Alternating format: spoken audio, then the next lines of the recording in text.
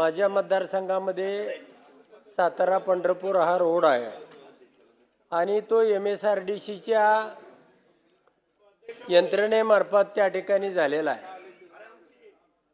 अध्यक्ष महोदय, हा रोड 6 वर्षापूर्वी बांधण्यात आला आणि हा रोड बांधत असताना त्याच्या बाजूला ज्या विहिरी आहेत त्याचे एस्टिमेट करण्यात आलं।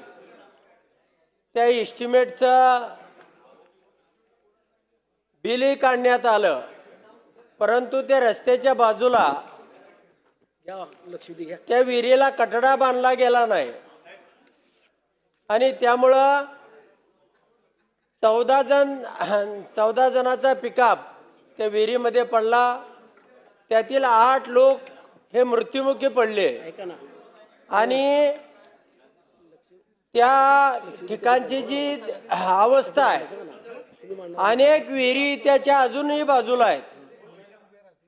ही घटना अतिशय महाराष्ट्राला वेदना देणारी आणि आम्ही त्या ठिकाणी प्रत्यक्षदर्शिनी म्हणून होतो।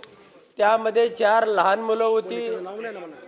ही हृदय पिळवटून टाकणारी घटना या ठिकाणी घडलेली आहे।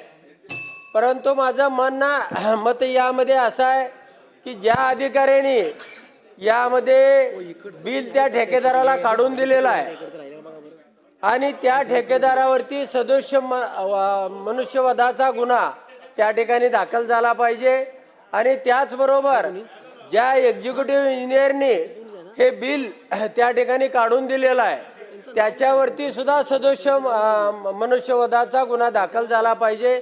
त्या ठिकाणी गुन्हा दाखल झालेला आहे, पण त्या ठिकाणी सुपरवायझर किंवा कामगार अशा पद्धतीच्या छोट्या छोट्या लोकांना त्या ठिकाणी आरोपी केलं जातंय।